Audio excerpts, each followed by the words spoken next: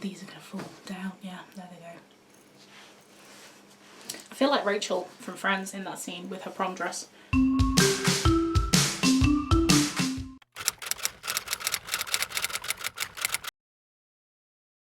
Hello my sparkly little unicorns and welcome back to my channel. It's been a hot minute since I have been here and I understand. I've been filming a lot of videos behind the scenes, but I don't think any of those can go up until I make this video. I've already filmed this once and here we are refilming again because I got quite upset, quite angry, and it was a hot mess, let's just say. So we're here again filming it today. I've written myself some notes so I don't ramble or go off topic, or you know, I can do this a bit better for you rather than the car crash of the last one. I want to start off by saying if you found this video, you're a normal viewer and you are triggered by food, weight, binge eating, fertility issues, anything to do with food or weighing or anorexia, bulimia, anything like that, we are going to talk about these in this video. And if that is going to trigger you, then I implore you to leave. It's not worth it if it's going to trigger you. So just a fair warning, that's what we're going to be talking about. Where have I been? I have been in therapy. If you've noticed over the past few videos, I've mentioned very, very briefly my weight, and then I've mentioned that I am going to do a video explaining everything, and this is that video. Hello, hey. I've not felt that I've been ready to talk about it properly until now. And I need to make this video before I make any other videos. If you're an OG, you will know that I started this channel as part of my therapy. So as part of that therapy, I'm telling you guys what's been happening, and I've been neglecting that, and for that I'm sorry. It's why I've disappeared, because I've not felt like I could talk about it on camera, and because it is such a huge part of my life, I've not spoken about it and just not filmed because I felt like I couldn't.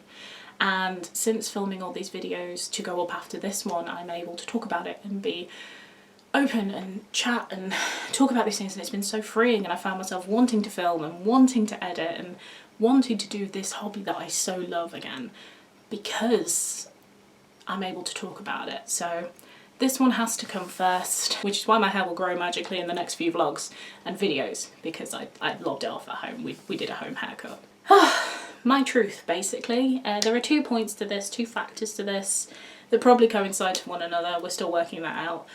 But my truth is that I have a binge eating disorder, and I think I've had it since I can remember, being a child. I know that potentially people that know me will watch this and go, yeah, we kind of maybe knew that something with you and food wasn't right. Or you might go, oh okay, I didn't know that.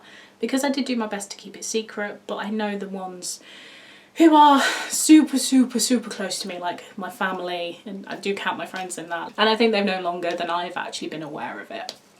And obviously Mark has been the biggest support through all of this. He has been incredible. So, you know, good egg, Mark. We love you.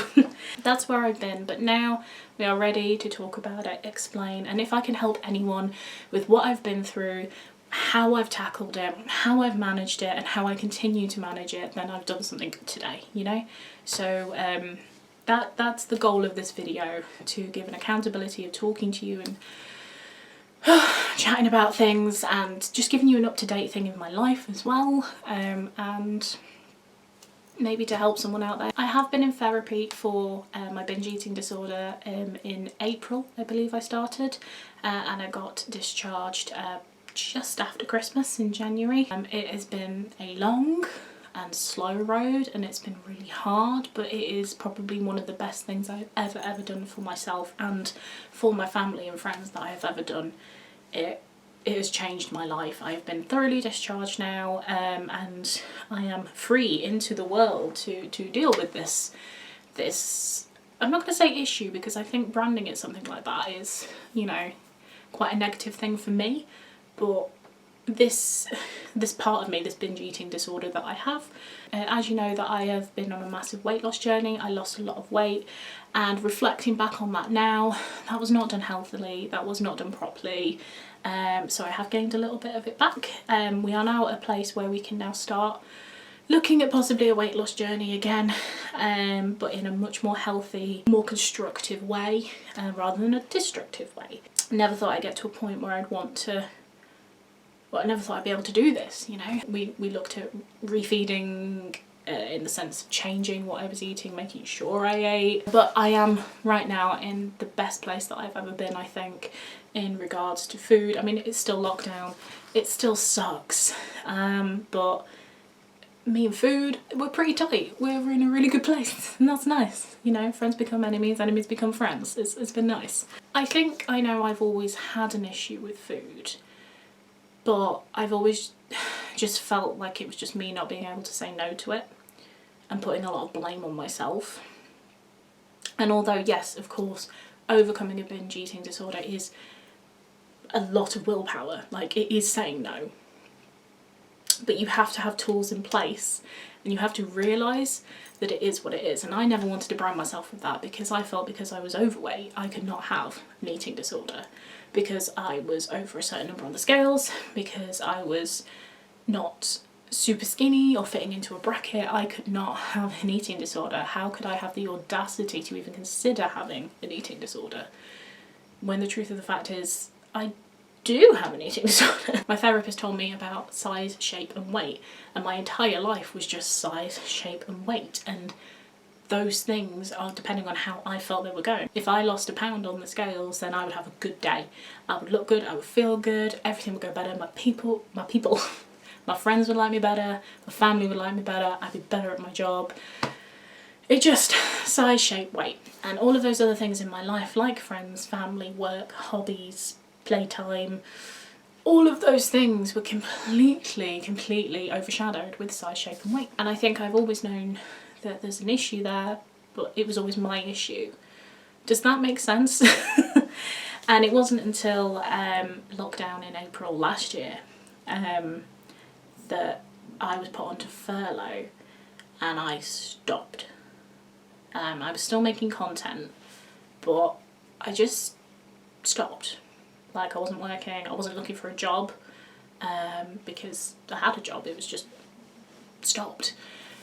You know, I wasn't going anywhere, I wasn't meeting anyone, I wasn't seeing anyone, I was just at home. Well, like a lot of the world, like a lot of the country, you know. And that's when it started to get really bad. And food became a comfort for me, as it always was, but as a way of getting through my day. So I would eat, and then I would sleep, then I would wake up and repeat.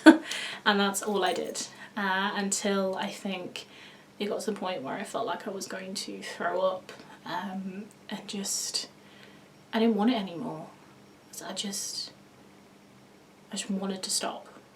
And I don't know, it was like a light bulb moment. I think it's because I was forced to stop and look at it and go, this is not normal. So I contacted my local mental health line here in Lincoln. Got put through to a therapist and he was incredible. We'll call him John Smith, the most common name on the planet. And he was amazing. He's completely changed my life. Not that he'd ever watched this, but thank you. And we sort of looked at what I was eating and tried to pinpoint why I was eating and find out triggers for it, because after all, like, I'm quite in tune with myself. I can kind of work out what's wrong with me and why, but this I just did not know. I had ideas, but I could not pinpoint exactly why I felt this way. What had triggered things, because sometimes I would have a day at work and be perfectly fine and get home and binge, and then I'd have exactly the same day and be perfectly fine. What in that day had triggered it that didn't in this one? And that was what I wanted to work out in therapy, to try and help myself to overcome this. After a few weeks, we started talking about why this happened. And looking back on it, I think it stems greatly from the huge pressure that comes to women in makeup industries and clothing industries and everything like that. I think that was a huge factor, coupled with unfortunately my upbringing. I will say this is not to my mum or to my sister. They were incredible humans and still are, so this is not aimed at them, but unfortunately my father was and my nan possibly the main causes of this. They're both not with us. I'm at a point now where I have forgiven them. Editing Trina here. I just wanted to pop in really quickly and say, although this does stem from my childhood, I had an incredible childhood. I had everything I could ever need and everything I could ever want. My parents doted on me, they loved me, they cared for me, like, they were incredible. It was just this, I don't really touch on it in this actually, it was just this one thing that stems from my father's side, I think, in that their whole life is size, shape, weight, and therefore that transferred down to me. And that's kind of just what happened. But I had a very good childhood, and I will never ever say that I didn't. I was really fortunate, really lucky. I just wanted to reiterate that because I didn't touch on it in the video. I forgave my dad a long time ago, and I think my nan, I've really started to come round to forgiving her, and I do forgive them now. It's the first time I said that out loud. Sorry. I do forgive them. I think it's just the way that they were brought up, which stemmed down to me, unfortunately, in the anything I ate would be commented on. Any weight I gained would be commented on. Any weight I lost would be commented on, which sometimes would trigger it. And food became this comfort because it didn't judge me. It was warm and it was comforting and mouthfeel and everything. And if you've been in this situation before, you will know exactly what I'm talking about. It's like a warm hug sometimes, and it lasts for a few minutes until the guilt and the shame comes in, but you know, for those few moments it's nice. It's a nice warm hug and it's not judging you, you know. And unfortunately, ever since a young age, my weight has always been a question, an issue. I have been told that no one would ever love me because of my size. I'm happily married. My husband thinks I'm banging. It's fine. I'd never get a job. I'd never have anything because of the way I looked. And having that from outside, from media and school bullies and all of those things is one thing. But then to have it in your inner circle as well, it caused problems. It's coming from everywhere. My relationship with food back then was very much, food was like a drug. That's the only way I can describe it. Like, if you say 6 months ago asked me to give up takeaways for a year, I think even now if you ask me to give up takeaways for a year, to me it seems impossible. It is my drug. And although now it's so much better, it is still an addiction. And unlike with, say, alcohol or, you know, drugs, you can go cold turkey, and I'm not underestimating how difficult that is in any way, shape or form. Please don't think that I am. But it's very hard to try and come off something or give up certain things that you're addicted to when you need that thing to survive. You need food to survive. So it's really difficult. I think my size, shape, weight became my whole world. Everything, anything, because that's the way I was brought up to think. And then the outside influence as well, that's what I was made to think. And going through therapy and everything, we put techniques in place to recognise triggers, to talk yourself down from triggers, to put in an eating plan. That was probably one of the hardest things I found, actually, the eating plan. So my typical day back then would have been a yoghurt, nothing, binge, and a huge binge. And that would have been my pattern for a few days. And then I'd have a couple of days where I'd be like, oh, eat. But I would punish myself after this by not eating here. And then of course I was starving. So I'd end up here, and it was just this for a long time. And one of the things that I struggled with the most was the eating plan of going from pretty much nothing and a huge binge to then punishing myself the next day with nothing and then binging because I was so hungry. Would be breakfast, a morning snack, lunch, an afternoon snack, and then dinner. And if I had an early dinner, I would have a evening snack, which I tend to have quite early dinners and go to bed early, so I didn't that often have an evening snack. But that's just my lifestyle. Now I'm finding actually that pattern is the best for me, with lower carb. That's what I'm finding I'm feeling my best on. Hello, me again. I'm probably going to come in and out of this video actually, just to reiterate things. I just want to say, although that I'm having lower carb, I've not completely restricted carbs, because restricting is part of why I had or have this disorder. So I feel my best on lower carb, but I'm not saying no to it, if that makes sense. So if I want carbs, I'll eat carbs, but if I don't, then I won't. And that was one of the main techniques that we used, and after a while it started to work. And it was really hard at first, forcing myself to eat in these places, especially if the night before I'd had a binge, and here I'm supposed to eat again. That mindset, like, I'm not allowed to eat, I shouldn't be allowed to eat, it's wrong, stop it you fatty, stop it. This here was so hard. And then having snacks, like eating more than I've ever eaten ever, really, in terms of throughout the day. Yeah, I'm still doing it, and sometimes, you know, I miss a snack, or sometimes I have 2 snacks because I'm really hungry, or, you know. And part of the therapy was putting things in place that would not demonise it if I did that, or be a catastrophe if I did that. So it's amazing to say from where I was then to where I am now that I can happily do this and also go off plan a little bit and still be okay. Another technique I found where it worked really well was, if I was having those urges to binge, would be to talk it over with Mark if I happened to be at home. But the main one that I use at the moment is Lush bath bombs. This is not sponsored by Lush, but if you want to hit me up.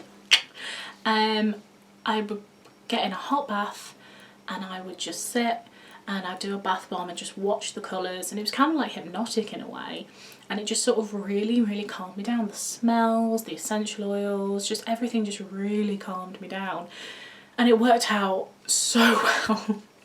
So every month now I have a Lush haul that I have that comes every month, and sits in my bathroom, and if I can feel those urges, I have now just go, right, I'm going for a bath if I can. And obviously if I'm at work I can't just go, alright, I'm going home, I'm going for a bath, see you later, bye. I can't do that.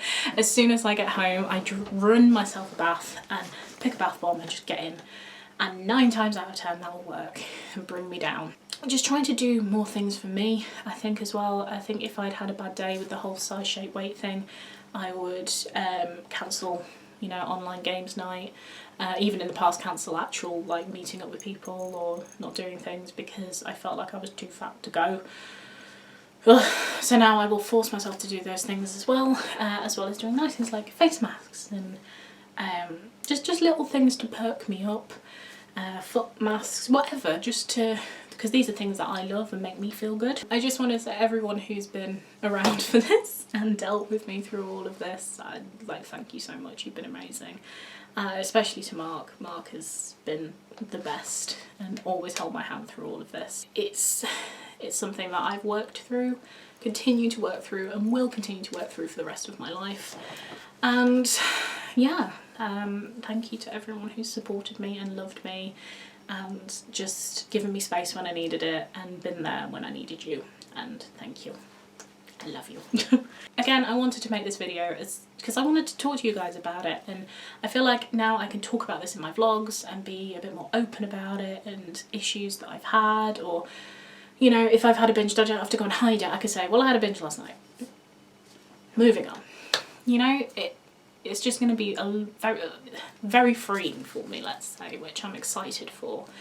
And if this helps anyone or lets you know that you're not alone, then yeah, and if you want to chat about it, just you can comment below or get me on Instagram and send me a DM or something and we can chat about it. Another reason why I wanted to make the video as well is I wanted to talk a little bit about fertility. There have been comments in the past about, you know, when's baby coming? We don't know, we're still waiting. Mark and I have been married for going on 8 years this year, and we've been trying for 6 years, I think, and nothing has happened. That was the main reason I went on the weight loss journey in the first place, and nothing seems to be happening. I'm not completely without hope that something will happen one day, but it's just not working out for us even after the weight loss. Even after losing about 8 stone, I thought that would trigger something. Unfortunately it hasn't. And I just put it down to it's not our time yet, and God will let us know when it is.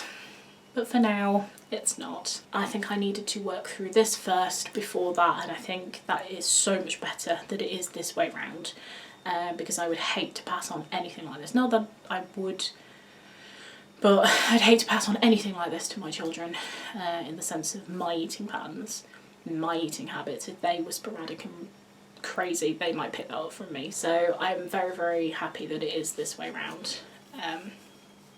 So there's that's a little update on that. There will be more going forward with that, possibly in the next couple of years, if nothing happens for us. I mean, I am approaching 30 now, so maybe in the next 3-4 years we may look into adoption if nothing's happening. We will have children. Mark and I have said that we will have them. We just don't know whether I'm gonna push them out or take them. We don't know yet. Okay, I think that covers pretty much all of it. I didn't want to, in this second re-film of this, go into all of the dark negative stuff that happened to me, which kind of caused it, because it's done, you know, and we can't change it. But what we can focus on is how I am at the other side of this now, and how I deal with it, and techniques to deal with it. And if you want to talk to me about it, I am happy to help you wherever I possibly can, or just be there to listen, because I understand. And never ever feel, that's the one thing I want people to realise, not to feel like they don't have a voice and they're not able to talk about it because they are not in a bracket that they state is an eating disorder because of a size, shape, weight. You know, I was talking to my therapist about this and he said the same. It's the patterns and the tendencies rather than the weight, if that makes sense. And I hope that maybe this has either helped you out or given you a push. If it's that push that you need to get help for this and you're looking for a sign, this is it. This is me telling you, don't be afraid, do it. You are stronger than you'll ever know. If you said to me 6 months ago that I just wouldn't think about having a binge some days, like some days I just wouldn't be bothered, don't really think about it anymore, I would laugh and I'd be like, no, but I'm here doing that, and it's so empowering and it's so incredible, and I'm genuinely so proud of where I've come. So, yes, and I'm here to help anyone who wants it. Moving forward, there will be talking about binge eating, possibly. If there is going to be talking about it, then I will put a disclaimer for everyone. It will only probably be in the vlogs. I'm not really going to discuss it in videos unless you want me to make another video regarding it. But, yeah, my relationship with food now is completely different. And I enjoy food again. I enjoy cooking. You know, I'm enjoying things that I've always hated. Exercise. She runs now. She loves it. You know, she's enjoying all of these negative things that I thought, because of the progress I've made with my therapy, and it's been so worth it, and it's really freeing to be able to talk to you about it.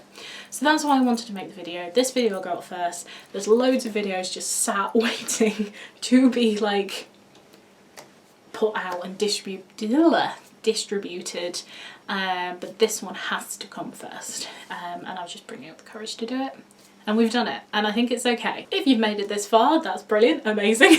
I hope this was, I don't know, help to someone. It was help for me, just being able to talk about it, so thank you for listening, guys. I love you all so much, and thank you for being here. 600 of us. Crazy. I remember crying on the stairs when we hit 100. But yeah, thank you so much for watching, guys. You're all amazing. Have a fantastic day, and I'll see you soon. Bye.